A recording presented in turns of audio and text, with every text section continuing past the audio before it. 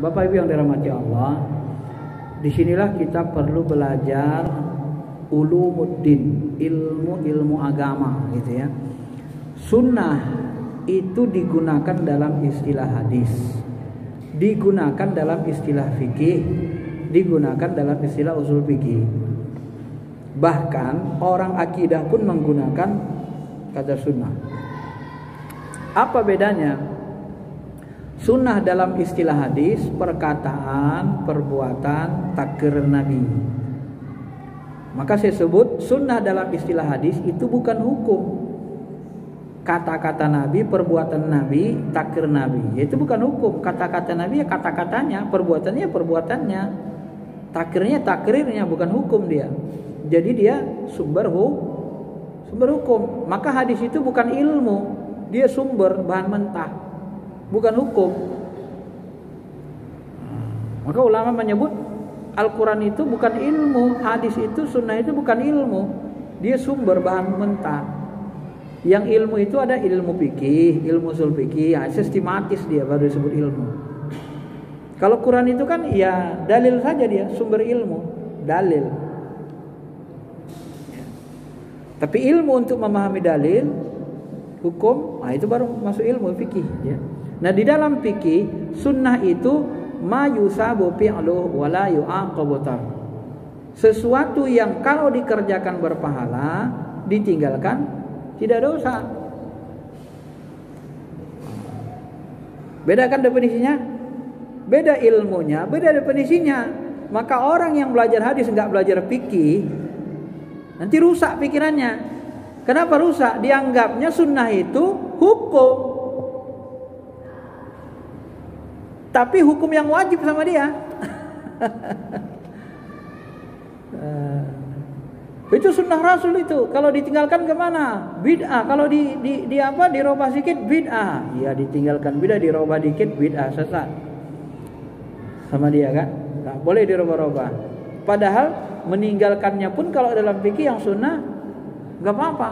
Oh sunnah kok, bukan wajib. Kan gitu kata orang fikih. Makanya hati-hati Pak ya. Jadi sunnah dalam fikih itu kata-kata lainnya fadilah, kemudian kadang disebut nafilah. Salat tahajud itu kan nafilah talaks, amalan tambahan, amalan nafilah. Kadang-kadang disebut mustahab, yang disukai. Kadang-kadang disebut mandub nadab. Itu mirip-mirip semua itu, walaupun nanti dibedain dikit-dikit sama dalam fikih. Tapi itu semuanya masuk golongan sunnah namanya. Ya. Maka kalau sunnah Nabi itu perkataan, perbuatan, takrir, hukum melaksanakan sunnah Nabi, perkataan, perbuatan Nabi, takrirnya, hukumnya ada 5 dalam fikih. Ya hukum 5 yang dipakai. Ada sunnah Nabi, perbuatan Nabi yang wajib, seperti sholat wajib. Ada perbuatan Nabi yang sunnah, yang anjuran. Sunnah Nabi yang hukumnya sunnah, yang anjuran, seperti puasa Senin Kemis, sholat apa? Sholat rawatib. Ada perbuatan atau sunnah Nabi nanti yang haram, nikah lebih dari 4. Nah, dulu kan dia sebut sunnah Nabi enggak nikah lebih dari 4, sunnah Nabi tapi haram. Maka saya sebut di awal tadi, sebenarnya dulu ulama hadis ini, ulama besar hadis, para penghafal hadis banyak yang sesat Pak. Sesatnya di mana? Mereka kira semua sunnah Nabi itu harus diikuti, dilaksanakan. Itulah kesesatan mereka. Dan ini diulangi lagi aliran-aliran baru hari ini. Diulangi mereka lagi kesesatan itu. Mereka kira sunnah itu wajib semua. Kalau perbuatan Nabi wajib semua, gawat kita Pak. Ya harus nikah lebih dari 4. Saya isi bapak 9. Bapak berapa istrinya? 1 kan? Harus 9 Pak ikut Nabi. Gawat enggak? Itu sunnah khususiyah. Terus kalau bapak nanti mau meninggal, kasih tahu sama istri, ya istriku, nanti kalau aku meninggal, kuburkan aku di rumah nih ya, bilang. Kenapa? Ya Nabi gitu, sebelum meninggal, nanti aku kalau meninggal Aisyah kuburkan di rumah ini ya, di tanahku. Maka kuburan Nabi kan sebelah masjid. Masjid Nabawi itu di dalam masjid lagi kan, bersebelahan dengan masjid. Itu wasiat Nabi, itu sunnah Nabi, perbuatan Nabi. Iya. Bapak mau ikuti? Wah, tiap rumah ini ada kuburan nanti. Ada kuburan. Maka orang belajar sunnah nggak belajar fikih gawat. Gawat, Pak. Dan itu diulangi kelompok orang sebagian. Saya kewalahan ini menjelaskan sama mereka karena sudah kayak di brainwashing akalnya. Sesat ilmunya, Pak. Masa sunnah Nabi itu dianggapnya hukum, perbuatan Nabi hukum? Ya enggak lah, perbuatan yang perbuatan. Perbuatan itu dijatuhi hukum, sumber hukum sunnah itu. Apa beda wajib sama anjuran? Ini mereka nggak ngerti. Kalau wajib, Pak, ditinggalkan dosa. Kalau wajib, Pak, perintahnya keras. Kalau tak Bapak lakukan, ada hukumannya di dunia, ada di akhirat lagi. Contoh, sholat. Hukuman dunianya apa? Pukul. Udah dewasa nggak mau sholat, dah tua 40 tahun umurnya nggak mau sholat, usir dari rumah. Boleh diusir dari rumah, Pak. Kata Nabi. Ada hukumannya. Ya, ada hukumannya. Di dunia, di akhirat apa hukumannya akhirat? Masalakakum fi sakor. Apa yang menyebabkan kamu masuk neraka sakor? Ada hukumannya. Karena kebalikannya nanti haram, meninggalkan wajib haram. Didduhu, mafhum mukhalafahnya lawannya haram. Tapi kalau anjuran enggak ada hukumannya.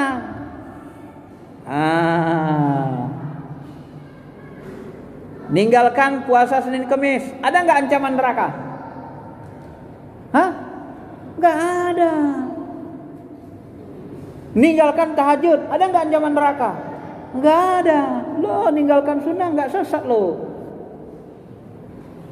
Kata ulama fikih, enggak sesat ninggalin sunnah.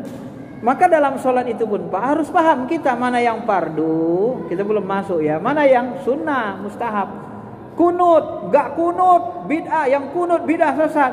Ya kunut hukumnya sunnah, anjuran.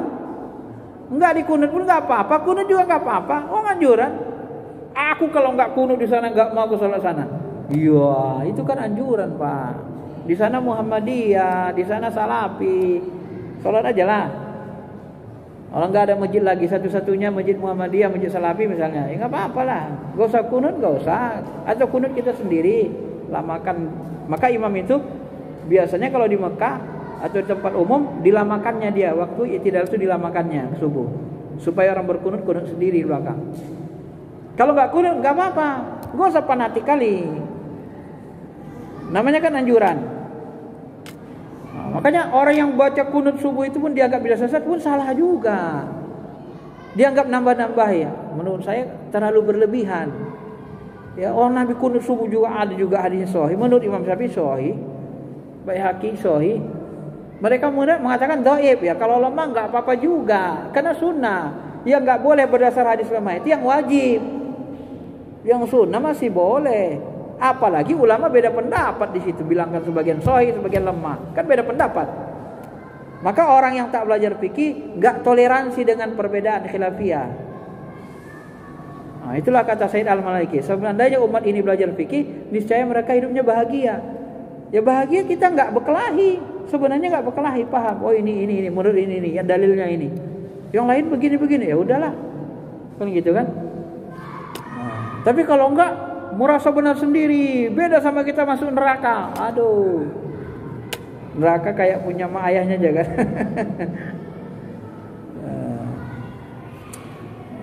Jadi itu Pak ya. Jadi sunnah, bedakan sunnah dalam fikih dengan sunnah dalam ilmu hadis.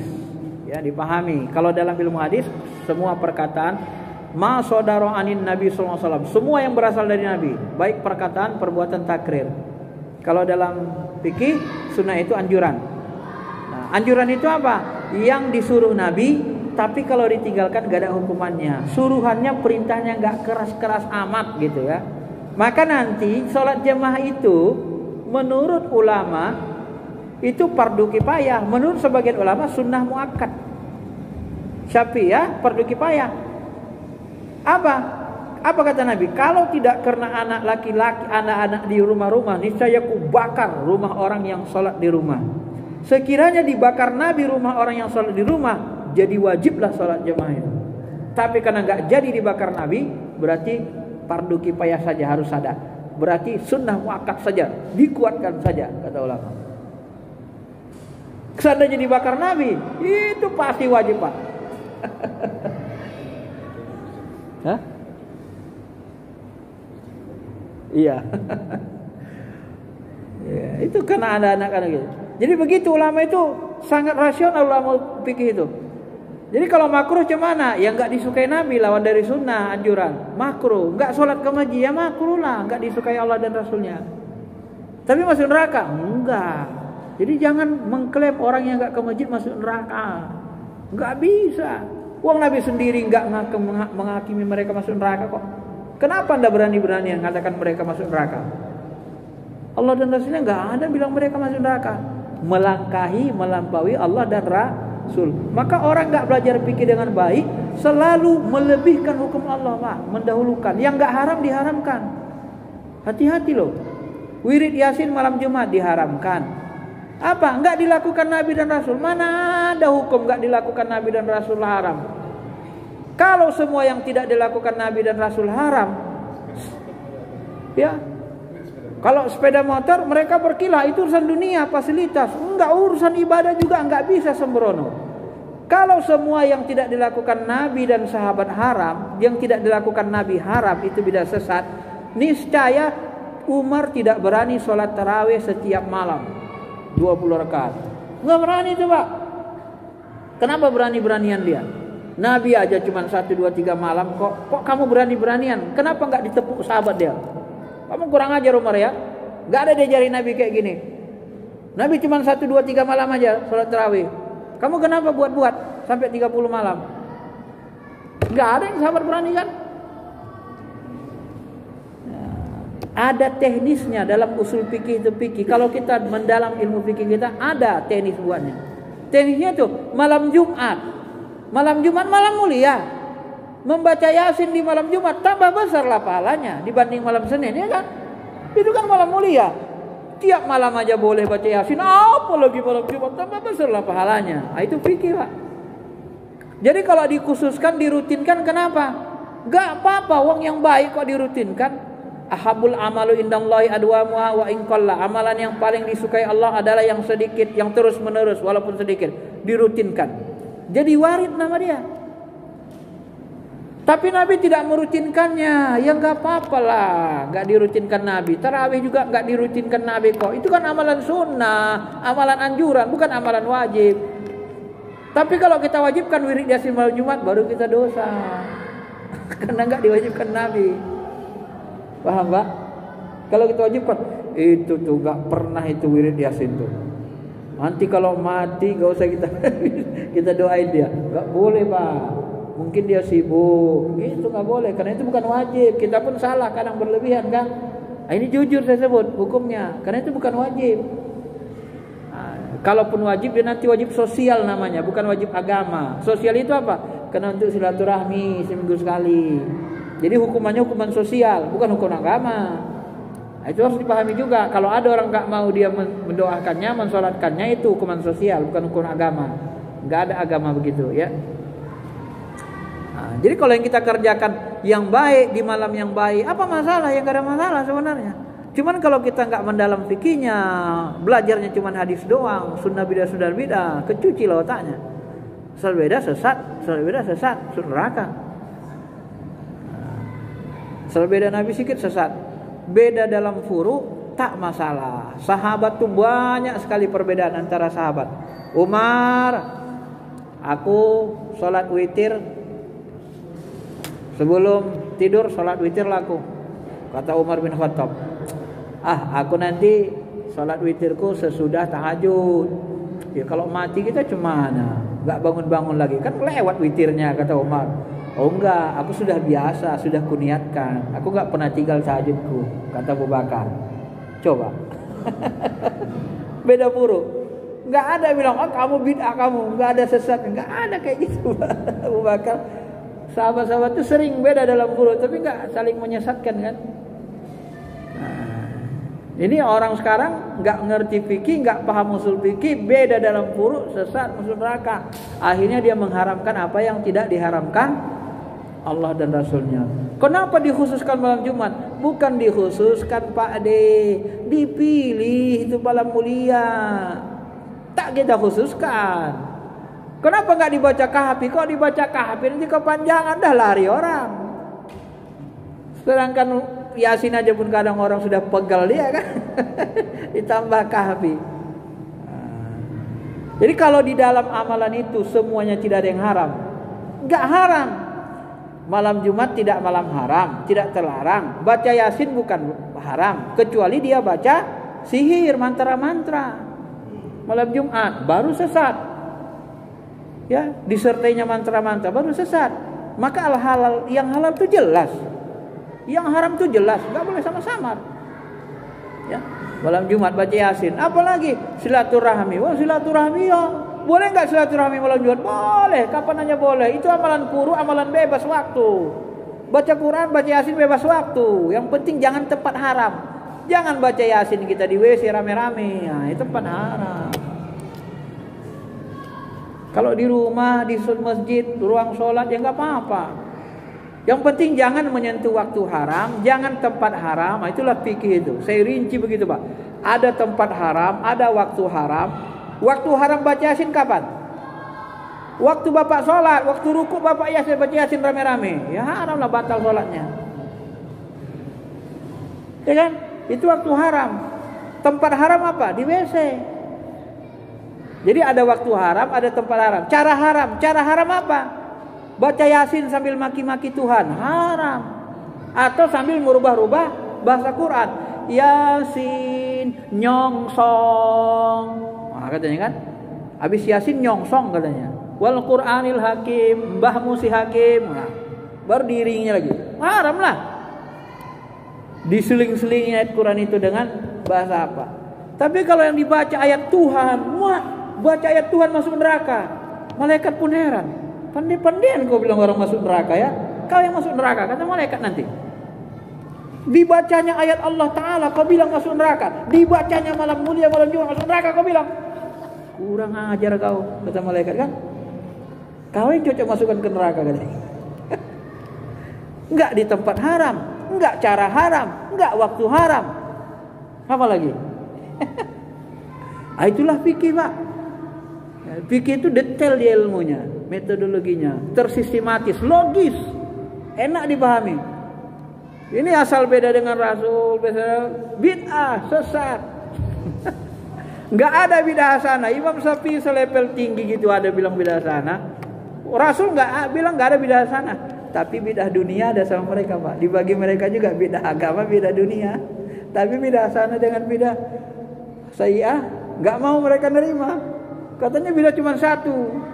Tapi nanti ulama mereka membagi ada bid'ah dunia, ada bid'ah akhirat, bid'ah agama. Dibagi dua juga. Giliran ulamanya membagi boleh, giliran ulama kita membagi enggak boleh sama dia. Kan susah ini orang. Ngelawan orang kurang ilmu itu paling susah. Maka kata Imam Syafi'i apa? Aku kalau debat sama orang jahil enggak pernah menang, kata Imam Syafi'i ngomong gitu. Ya gimana kita debat sama orang jahil? Enggak punya ilmu dia, Pak. Enggak bisa menang kita. Paling susah debat sama orang jahil. Tapi kalau orang berilmu sama-sama mahir fikih, saling memaklumi. Oh iyalah, tapi menurut aku begini Syekh. Coba lihat di sini. Menurut ini, menurut ini gini. Enggak ada masalah. Orang itu puru. Itulah fikih. Maka fikih itu lebih kepada pemahaman yang mendalam sehingga terjadi nanti toleransi. Tapi kalau udah qot'i jelas tegas, maka dia jelas. Baik, saya kira itu aja ya. Baik yang dirahmati Allah.